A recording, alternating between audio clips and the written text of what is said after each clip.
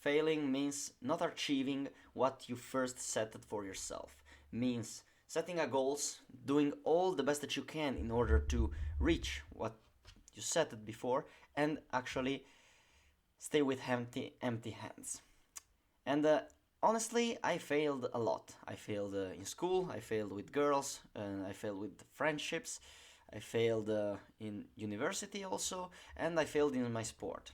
Especially in my sport, I failed a fucking lot. And today I'm gonna talk about what to do when failure actually occurs in order to to feel less devastated by the failure and actually learn something from it.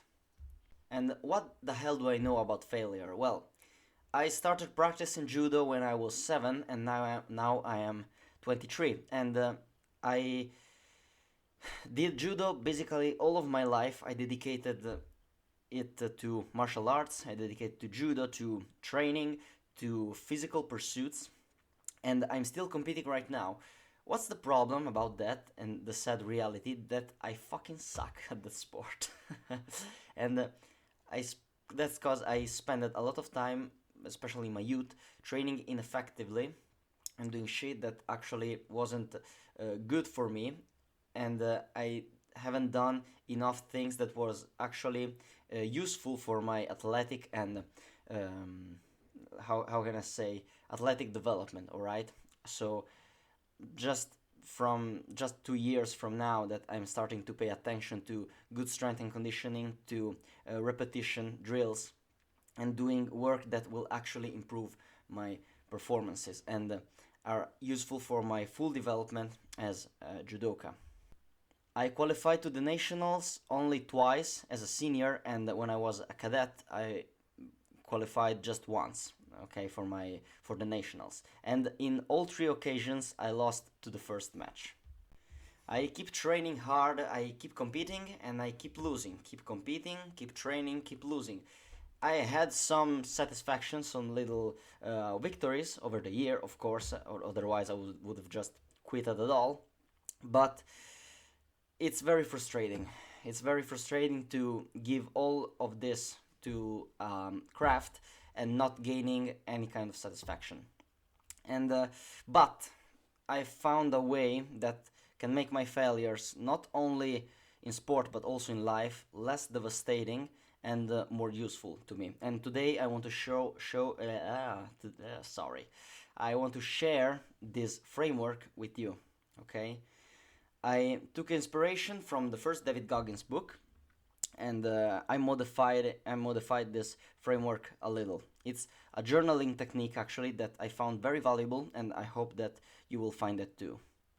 My advice is to do that on a piece of paper, but if you don't want to do that and you want to do it on PC, I made a Word file that you can find in a link in the description that you can download, and it's the template is already made, so you just have to complete it with your own words. I hope you appreciate it. Step 1 is to name your failure. Give a name, a location, and a date to your failure. Why? Because I know it might sound autistic and maybe unnecessary, but the fact is that you're giving context, you're giving a name to an event that happened. And it could be just a random shitty thing that happened to you, or it could be something more important, something more meaningful, and a piece of your story. What do I mean about that? Well, once you will actually achieve what you wanted all along, you will watch back in time and you will remember clearly all of these moments. You will remember the time that you failed, the time when you did all your best, but you didn't achieve what you wanted. And by giving it a name, a location, and a precise date to what happened, you will see your failures not as some random ass events that will cause you suffering and mental health issues, but they will be part of your story. It will be part of your developmental arc if you're watching it as a movie or a manga, like a manga series, alright? and it will help you to transform this disgrace into something more bigger, something meaningful and more important. I hope that you will understand how much powerful this is. And when things are meaningful, they are easier to accept and to integrate into your story. Then we go to step number 2, what you did good.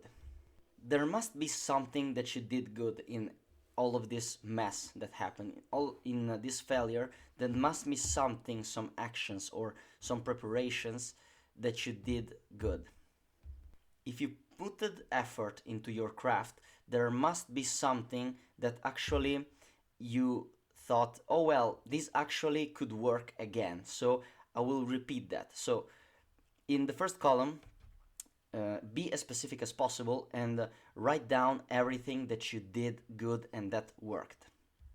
So the next time that you will do this, the thing that you are actually preparing for, you will be ready.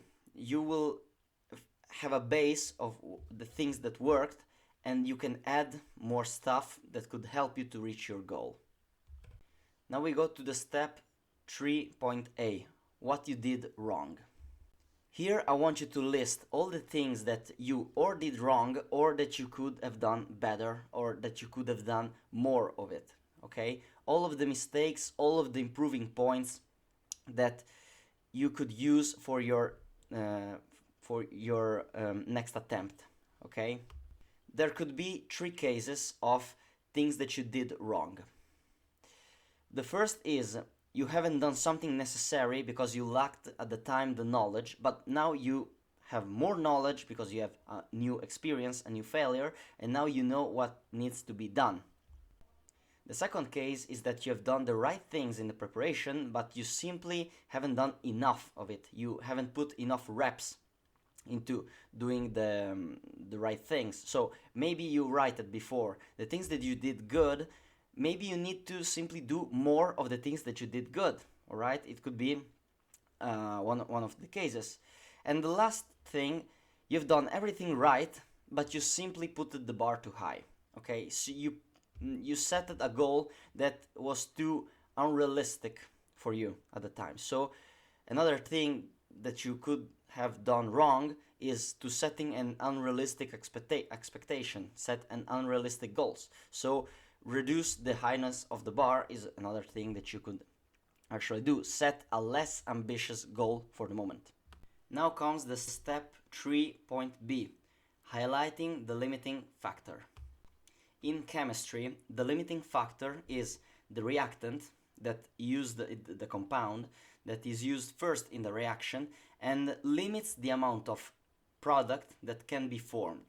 What do I mean about that?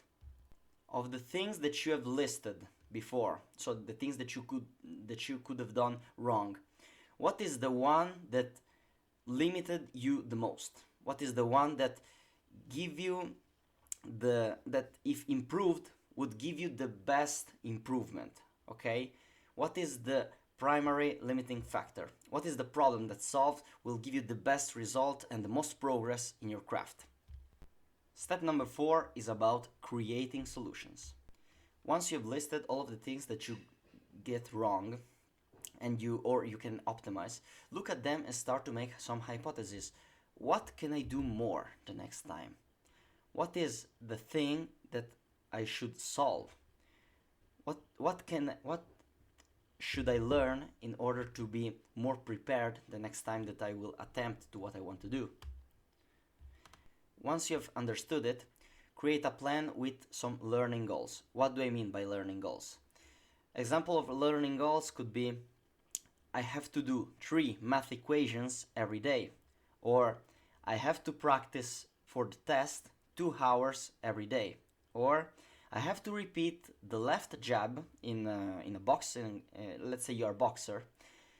A learning goal could be I have to repeat the jab 100 times every day, etc., etc. You get the idea.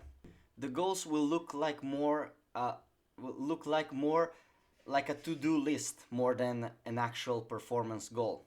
Because a smart performance goal like getting a 70% score in the next test or winning the next boxing match by KO in the first 4 rounds are very clear, but will make you clear about what you want to do and achieve, but doesn't tell you anything about the actions that you have to do daily and are necessary in order to reach all of these goals. In order to create the learning goals, you have to use this formula. The formula is I will do. It will start with the intention of doing. I will do the basic input and X amount of times, okay? And I will to specify when I intend to do it, okay? That's how you do a learning goal. So an example would be, I will practice, I will do jabs, here it is, I will do jabs 100 times every day.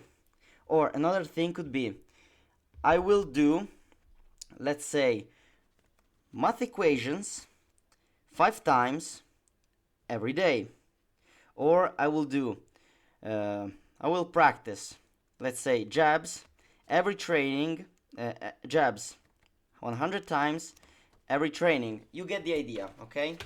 Be as precise as possible and try to accumulate as much reps as you possibly can. Try to have some measurable stuff that you could take track of. Step number 5. Try again and reassess. When you do your next trial, do this process again. So you will understand if you did something good, or maybe there is some stuff that you'll need to adjust, or there is something that you overlooked. Anyway, you will gain more knowledge every time you do it, and that's okay. It will take time. You shouldn't expect to have all the right answers at the first attempt. That's normal. Otherwise, you will be unstoppable, and you probably don't even need to watch this video, okay? In whatever craft you want to be good at, and whatever it is, could be sports, could be academia, could be work, I use this framework because it's very useful. It helped me a lot with everything that I've done in my life at the moment.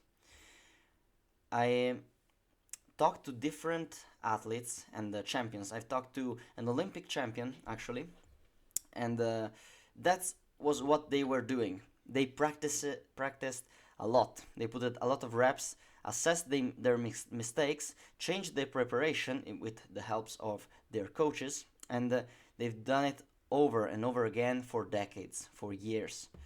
So the point is that this is the only way. And I'm saying this to you, but it's also a way to remind it to myself. This is the only way, and there is no shortcut, and there is no guarantee for success. But if you keep doing it and you keep improve over time, you will eventually be good. Maybe you will be not the best. It's unlikely that you will be the best, but you will be good. You will become better. You will become great, and you will extract all the potential that you have inside of you. And even if you fail in your craft that you're actually want to get success in, if you still fail in what you want to achieve, all of the character traits, all of the things that you will learn along the way as how to assess your failure, how to improve later with your next attempt, will have a transfer on the next thing that you will try on.